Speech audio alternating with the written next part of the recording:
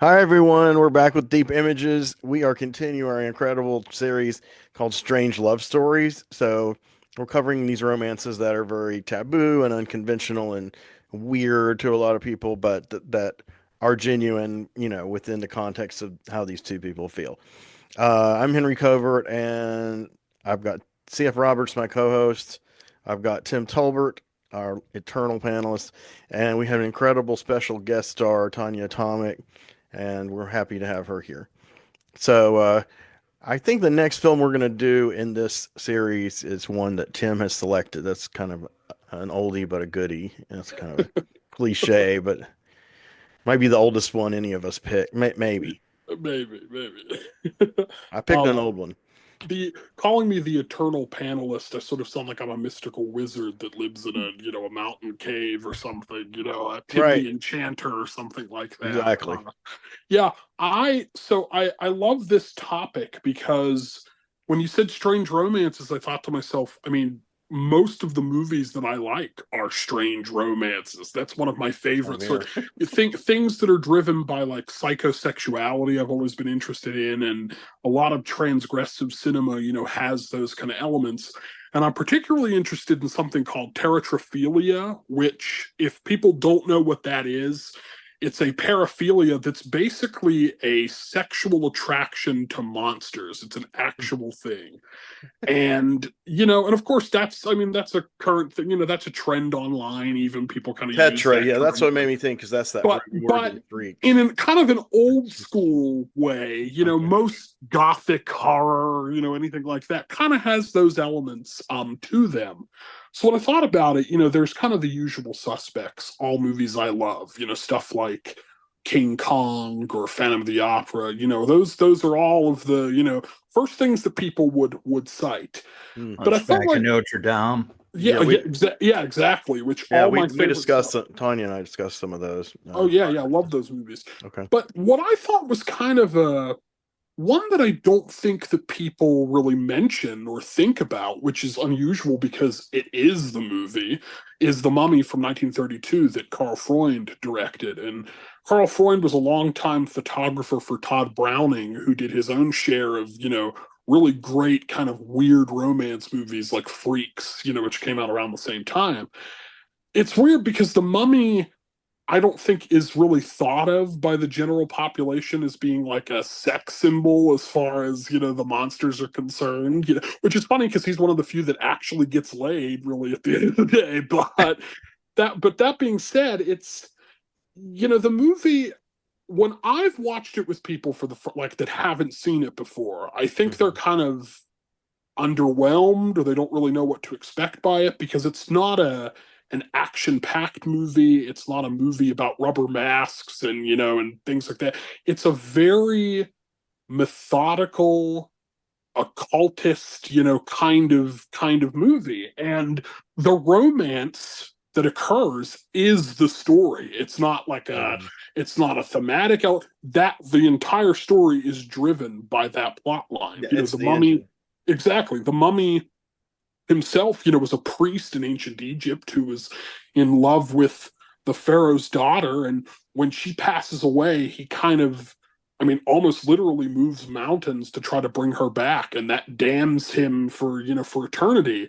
And the whole film is driven by him loving this woman so much that he wants to kind of bring her back through the vessel of a woman that is her reincarnation in what was then modern times, Hmm. 1932, played by Helen Chandler, who's such a mysterious and unusual actress. And speaking of like mysterious and unusual, you have somebody like Karloff, who I don't think is really thought of as being like a Lothario actor. He wasn't Lugosi or even Vincent Price to a certain extent, but I've always felt he has kind of an unusual sexual magnetism about him, and he's good at playing obsessive but very kind of sad characters. He did an excellent movie in 1944, which I almost covered, called The Climax, which is basically a sort of Phantom of the Opera riff, where he is a theater doctor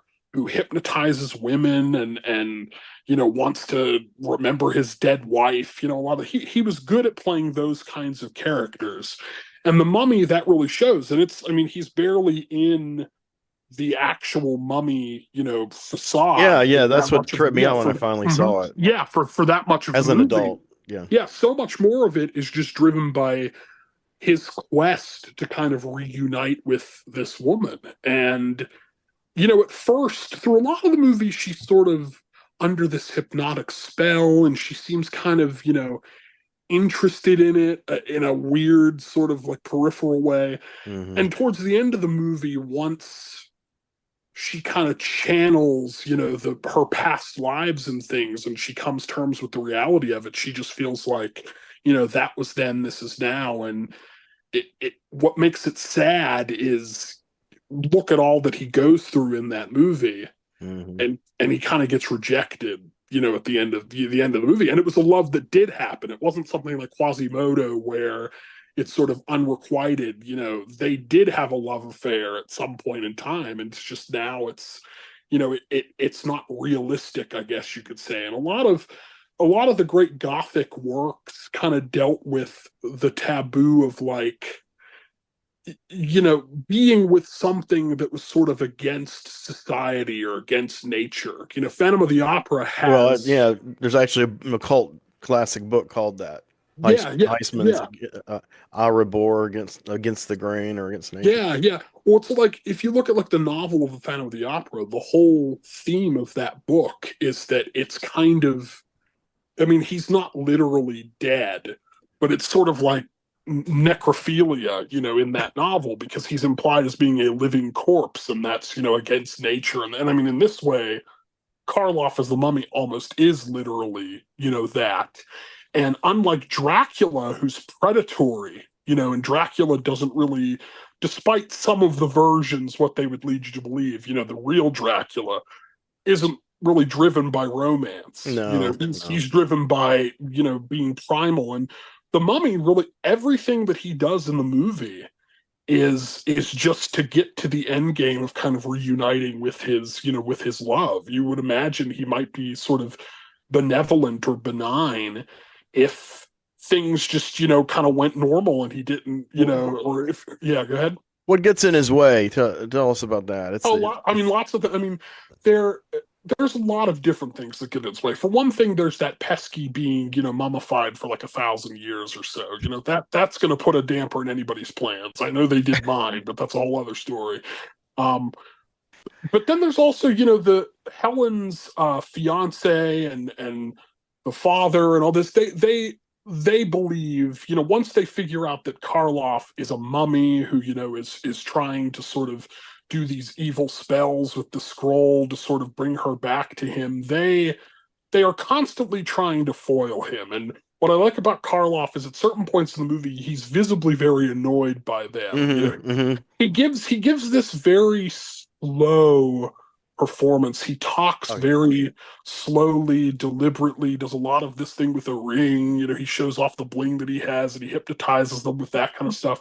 And the film But doesn't have much of a soundtrack, no, no, no. There like is a there lot of is the some transitional recurring. There is a talking. couple of recurring little like Hmm. motifs that happen throughout the Hmm. movie, but yeah, he generally is kind of annoyed because he's like, bro, I just want to get to my lady. You guys are making this much more difficult than it needs to be. And in my opinion, I feel like the entire movie, if you wanted to describe kind of the weird romance aspect, it's really the scene where he and Helen sit down and kind of he shows her through this sort of mystical pool that kind of conveniently turns into a little television screen. I always say when I watch the Right. movie. Um, he shows her past life and and what they both went through to get to the and he has some amazing lines in that scene. You will not remember what I show you, and yet I will make awaken memories of love and of crime and of death. Just these amazing, amazing lines. In fact, you sort of have to think to yourself, what would Karloff's career have been like if he kind of played more kind of traditional, maybe older, but traditional sort of romantic leads. He sort of had this Would have been weird. unconventional look to him. I Yeah. think that but he still could have pulled it off if he wanted to. But this is It was obsessively in love with in the Black Cat, which is my yeah. favorite. Oh yeah, the That's Black my Cat. I was favorite going to say one. was another one that he did. I mean, Yeah, he did a lot of that up to a certain point. right. And then he kind of stopped. He played more sort of like Vincent Pricey roles, where even if they were obsessively in love, they were very kind of ropey and and ridiculous, and not really as driven, as he was in those early '30s movies, Mm. especially. And in this one, he's not a brute. Even Frankenstein's kind of this brutish, creature, and some of those other ones. So I just feel like it's because a lot of millennials my age, they know the Mummy through the 1999 version, All right. which has romantic element, but that's not really what drives the story of that movie. No. It's kind of a lot of other things. And I always tell them, watch the original. The original is where it's at. To me, it's the most romantic. It's the most kind of strangely erotic. I don't know if that would be a word that could apply to this movie. Of Well, it was right. all of It was right those, around the Hays yeah, Code, yeah, So yeah, when when yeah, he garbs her in the garb of the princess yes, that she's yes, reincarnated from, yeah, there's not much garb. yeah. And I mean, I was gonna say her outfits are very revealing in that movie. Yeah, it reminded me a lot of Hard in that period. The way that Helen Chandler moves her body is very kind of sensual, and a lot of different things that she's very theatrical in her performance. And he's not very physically, like sensual or anything like that. It all comes through like his voice and his presence and his eyes. Right. They do these close-ups on his eyes and things. And I'm not saying that you should watch the movie and feel like, oh, Karloff, my dream man. That's not Mm. really what exactly it's doing. But there's definitely a magnetism Oh that yeah. that movie has. And I Oh think yeah. that unlike a lot of those other movies where it's kind of like, oh, the monster gets the girl and now we have to go save her. This is, in some ways, the heroes of this movie, I wouldn't say they're wrong, but in some ways they're kind of, I don't know, they're intervening on something that doesn't really concern them. In some ways, In a bigger and sense, yeah, she's yeah. she's not completely consenting, but she's not completely non-consensual either, because she seems kind of open to it to a certain point when she's sort of under this mystical spell, and then Right. I think when the reality hits her, which this has happened. I mean, who hasn't regretted it when you go on a date with a mummy and the last couple minutes you're like, I don't think this is going to work out. Sorry, mummy. That's happened to me plenty of times. But Sure. yeah, yeah, exactly. So that was I was excited to present that, because I just felt like it was one that doesn't really get talked about, in terms of being a weird monster romance movie. A lot of times It's you get not like, a yeah, it's not really talked about enough for the kind of movie it is. I mean, yeah, it's always linked up to all the sequels and remakes. yeah, yeah, Nothing like any of them. yeah, When yeah, I finally absolutely. saw it as an adult, I was like, this is nothing like any of the other Mummy movies. Yeah, yeah. He's not It like is wearing a rubber it's mask very and lumbering around, and yeah, I mean yeah, it's very expressionistic. It yeah, has very minimal yeah, soundtrack. It has these yeah, very occult yeah. sets and production Oh design. yeah, oh yeah, yeah. It's amazing, and there's It's not it's much kind of scenes of as him if in bandages. Yeah, it's kind of one of those things. I mean, you almost get this feeling that the sets were constructed by people who knew how to magic dark forces into like the sets are almost conduits to weird Yeah, like like magic. pre CGI, like Yeah, the sets yeah. on the Black Cat. I mean, good lord. Yeah, yeah. There's lots of like interesting uses of space in here. There's scenes like at the end in the museum. There's kind of weird angles and weird spaces that people go into, and when the guard catches him praying over the spells in the museum, and it's sort of like there's this camera pan where it's like the majority of the room that you're in, there's nothing in there, and he's just kind of chilling like over in this little inconspicuous corner. Just things like that. I just feel it's a very underrated movie that I think people. for what it is, it is. I mean, Mhm. it's like Yeah, considered a yeah, classic because it came out in the 30s. It was a horror character that's been yeah. done But many as far as I think Karloff, but it's considered a yeah, classic because it's sort of lumped in with Mhm. those other kind of movies. I Not think that those are I think it should be necessarily lumped in with classic. more artistic movies like Freaks, in my opinion. Yeah, yeah, absolutely. I mean, Karloff, people remember it for, but I think that if you talk to a lot of people, they're not going to cite that as their favorite, of those Universal movies, because it's not one when you're a kid, you're like, oh boy, I love, The Mummy is my. In my top three. It's in mine too. Yeah, it Yeah, absolutely is. And I didn't come around till I was an adult, really. yeah, As me a kid, neither. I thought it was I'm like, yeah, this is good, but it's kind of boring. And when I saw it as an adult, I was like, I get it. I think this is just a brilliant, and Karloff comes off as very, he's like Rasputin or Aleister Crowley or that type of thing. So just Yeah. the whole thing, like Mhm. I said, it's very, very good. So anybody who hasn't watched it, I mean, it's been like 100 years. You probably should watch it, but Almost. yeah, but anybody who hasn't, I don't know what you're waiting for. Just watch the damn movie. It's 71 minutes long. You'll What do really. you guys think of this film, Chuck and Tanya? What I feel similar to your surprise when I finally saw it, the fact that it was more about him as a man Yeah. and happened to have been mummified at one point in time. And not it was about like the mummy as the creature the whole time. I was really Me surprised by too. this. And I adore Boris Karloff. I think he's Oh, yeah. very charming, and he has a grace to him that Mhm. I feel like is more than his acting. I feel like that's within his being, Yeah. as a person. I'm sure he also had that. And yeah, I really enjoy watching him. Oh yeah. Yeah, he's incredible. Even when he plays kind of repugnant characters, he's kind of hard to hate. Like the body snatcher, man. You want to Oh, kill yeah. that guy. Yeah, yeah, or some of his more brutish, like he played a lot of like henchmen and in Right. Silent, like in Old Dark House and stuff like that. So yeah, Yeah. that was well said, Tone. Yeah. Any thoughts, Chuck, before we wrap up? Yeah, no, it's kind of funny because I ironically didn't see this until I think sometime in the mid to late aughts.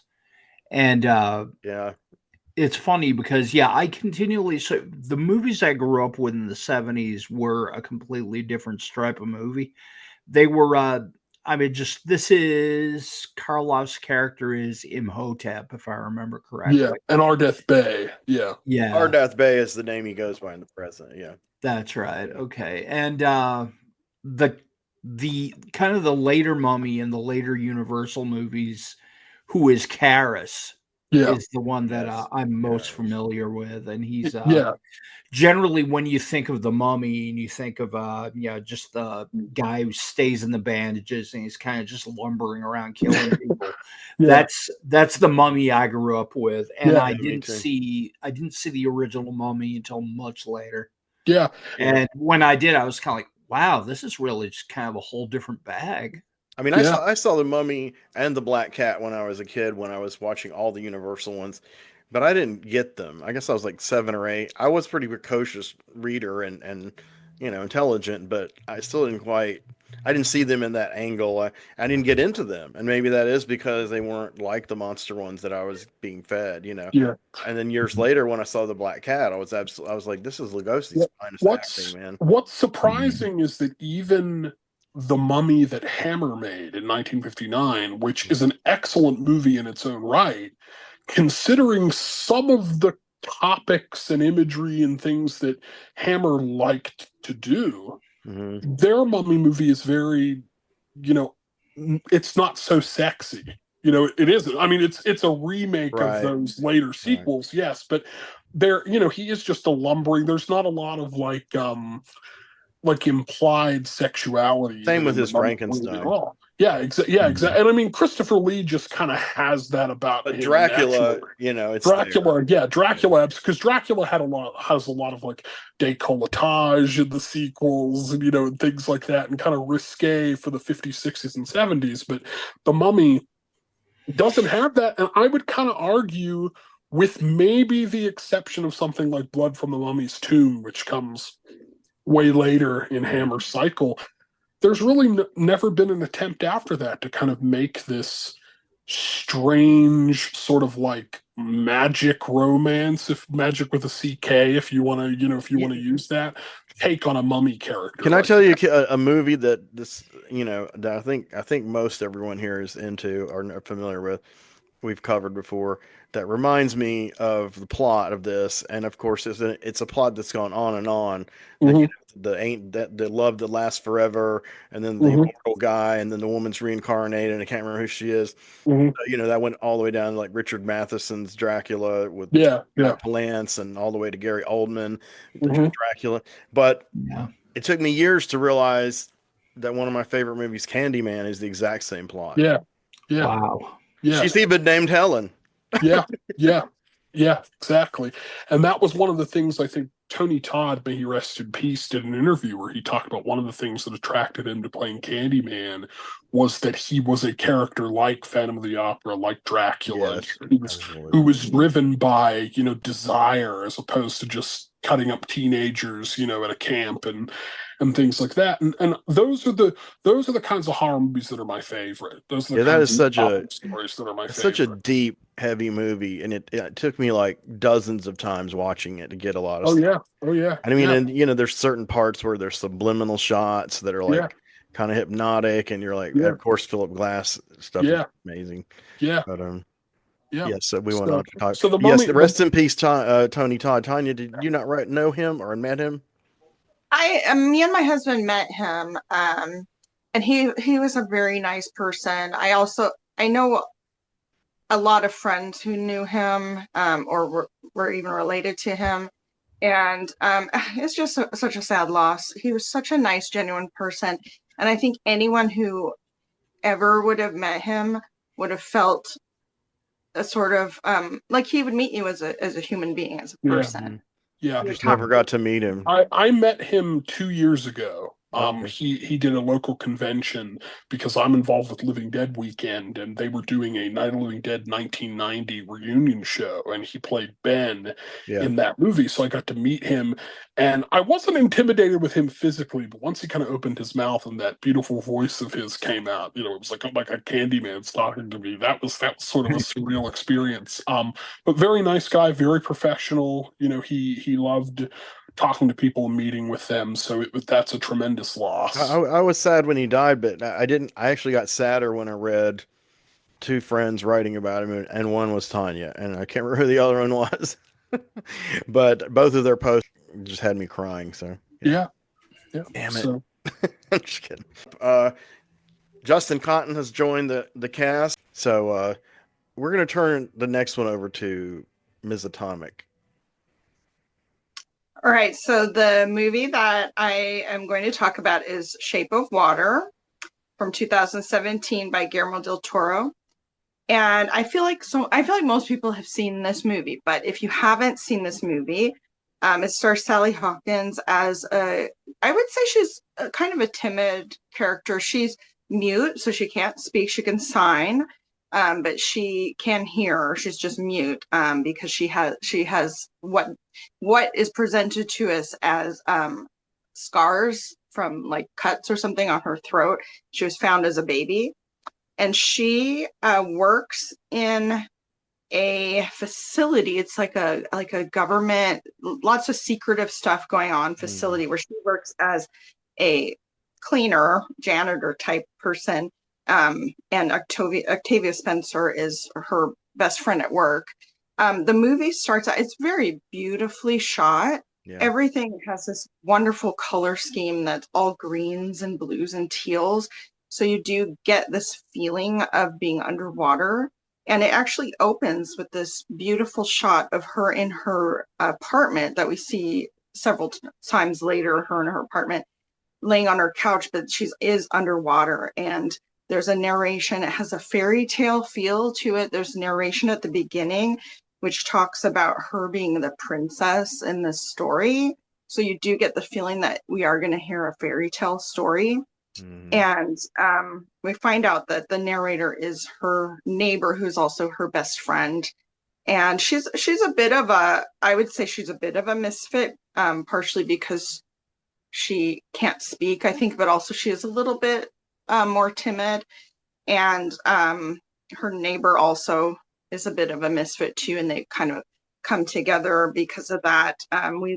We find out that he is gay, and we also find out that he's had some problems at work. So it's probably due to alcohol. We kind of get little hints, and so we get the feeling that he's a little bit troubled or a little bit of a misfit himself. Can I ask you a And question? uh-huh. Isn't this a period piece?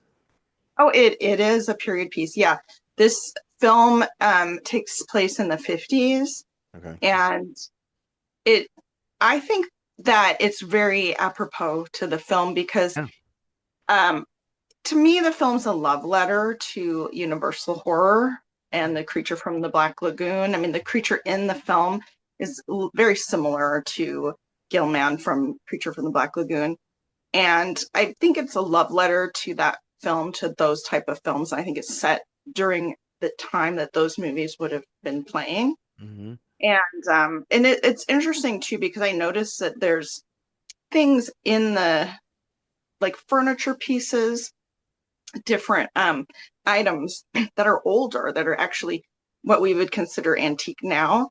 And I think that it's true of the time they would have had these pieces, they would have held on to these heritage type pieces from maybe their family. You're good at And noticing those things, right? it's, well, yeah, I work in an antique store, so I Yeah, notice all this. that's But cool.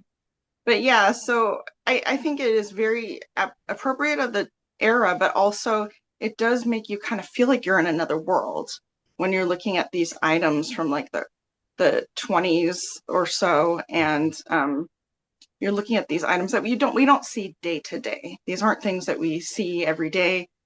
They're bringing us into this other world, which, yes, it is a world of our past, but it does have a fantasy feel, I think, Yeah. to it, and a fairy tale feel to it. And also because of the color and the imagery and these things that we don't see every in our daily day now, we do get the feeling, like I said, a fantasy type world that we're in here. Definitely. And so she works at this government facility, and there is also, I think, not a lot of overt violence, but there is a lot of violence in this film as well.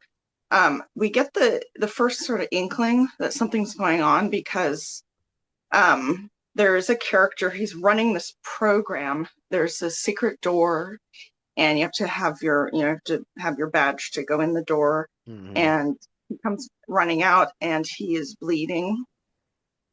And the two gals go in, Sally Hawkins and Octavia Spencer go in, and there's blood on the ground, and there's they find fingers, and so somehow this guy's been injured, and we come to find out little by little through Sally Hawkins investigating that there's a creature in this room. And little by little she investigates, she tries to coax him out to meet him. She's very interested. And our first instance of him, though, is this violence where he's bitten this guy's fingers off, basically. But she is able to sort of coax him out, kind of like a wild cat or wild animal, coax him out with treats. She has these eggs that she makes, and she leaves them out for him, and she's kind of giving him food little by little.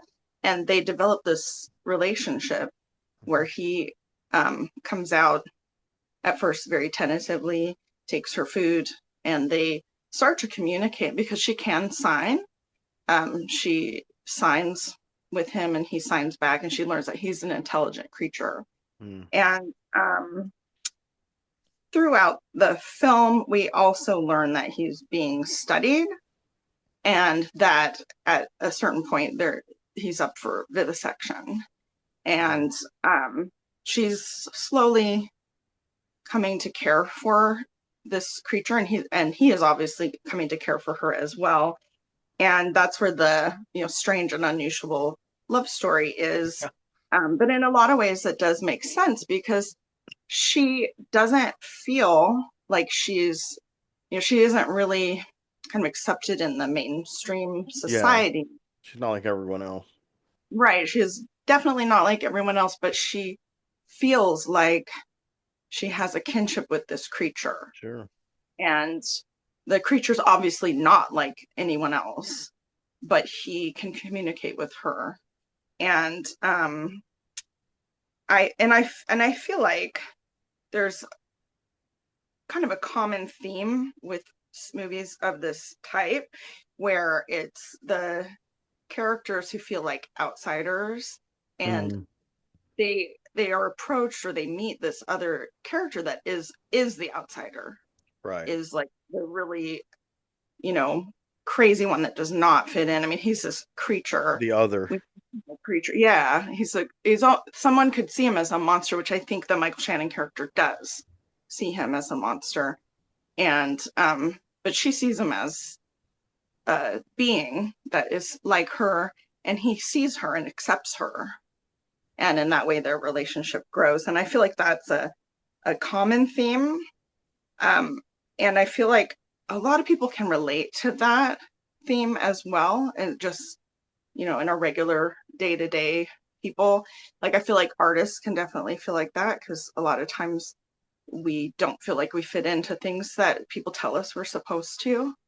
Yeah. And I feel like almost anyone can feel like that, you know, like, no pun intended, but fish out of water kind of feeling. Yeah. Yeah. There are a lot of ways that we're told we have to be, that I feel like a lot of people aren't. A lot of people It's don't feel. hard on creatives because it takes a lot of us time to realize that no, we don't have to be that way. We can be who we Right, are, you know.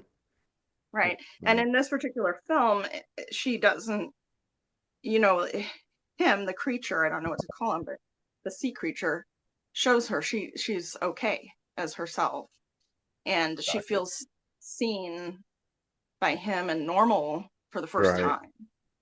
And so that's where their love affair is.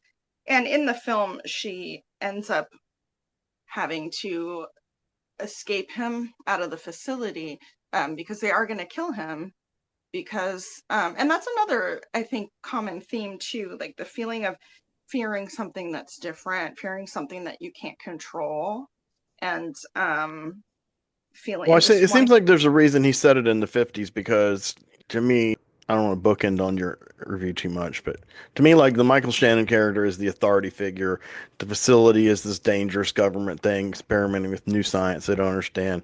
They hate the people who are different. So it's like they're taking some of these 50s science fiction movies tropes and also injecting like more modern takes on them because now we know they're really are facilities like that. I'm not saying they're really creatures, but I'm just saying there's that kind of authoritarian thing. And in that time period, it was rampant. And I feel like the fact you have characters who are like mute and black and gay, that's intended as against the grain of that. Anyway, that's just my thoughts. No, I think you're exactly right. And to bring up the other characters, there's the Octavia Spencer and her husband, and they're a black couple. And when Michael Shannon confronts them, they really don't have a lot of recourse. They know they're powerless in this situation, and it's just noted how they don't speak up against him, because they know what can they do. Right. And that I think that's important in the film too. And I think he does play upon a lot of, yeah, like you're saying, a lot of the issues going on in the 50s.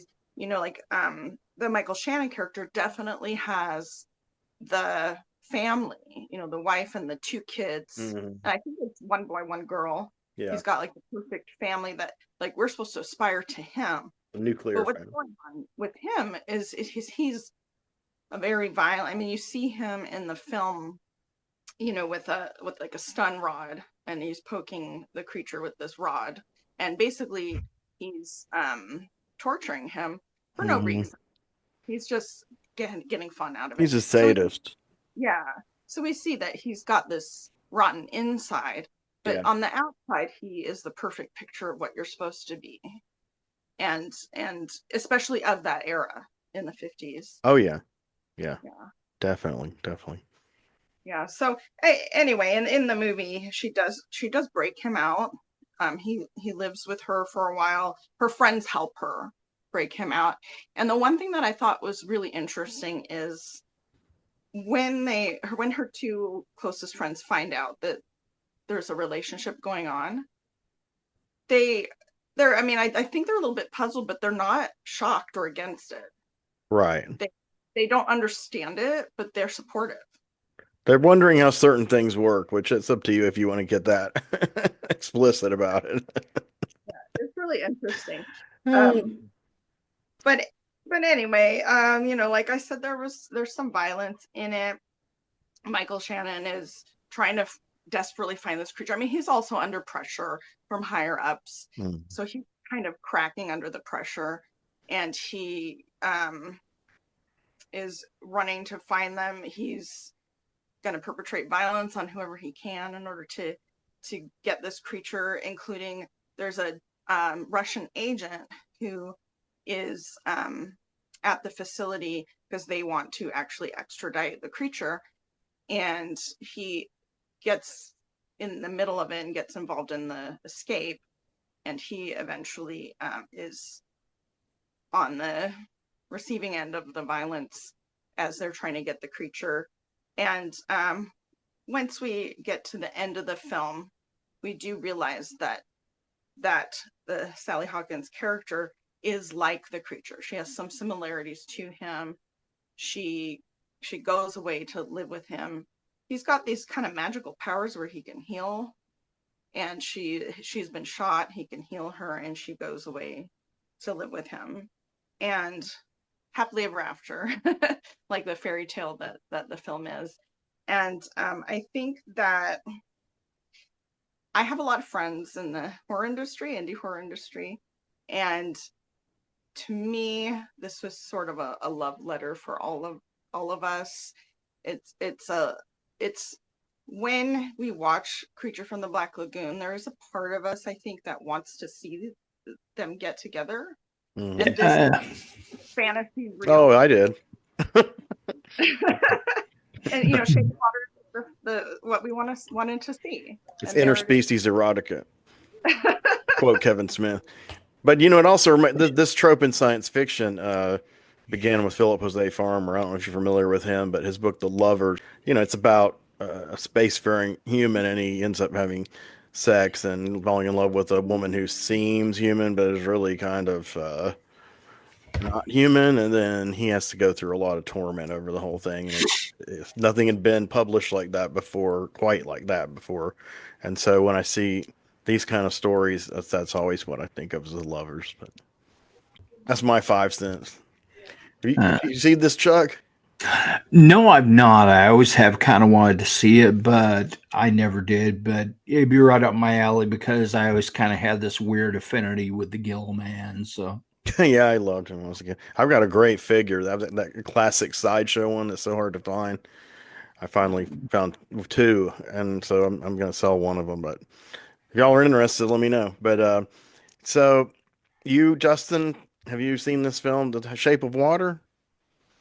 No, but if it's Del Toro, it's bound to be good. So it certainly sounds sounds like interesting. up your alley. Yeah, it's right. Yeah, I need to read it. Watch it, rather. All right. Absolutely. I'll look it Okay. up. Absolutely. So I think we're going to wrap up, and you did a wonderful job, Tanya. Thank you. And Justin, could you remind the audience of some important key germane points that they need to know watching this show? Well, it's critical that you join us and enjoy what we're presenting, but also please do like the video and subscribe to our channel, and feel free to leave a comment whether you agree or disagree with what we have to say. Will generate traffic and help us to do what we do. So thanks again for watching, and I hope you enjoyed it. Thank you, everyone. Good night. And it's true that we cannot see that far behind. If we looked all the way in the past, we'd go blind. In the night, from the stars as they've all lived their lives, and the light that they gave as they burned and then died.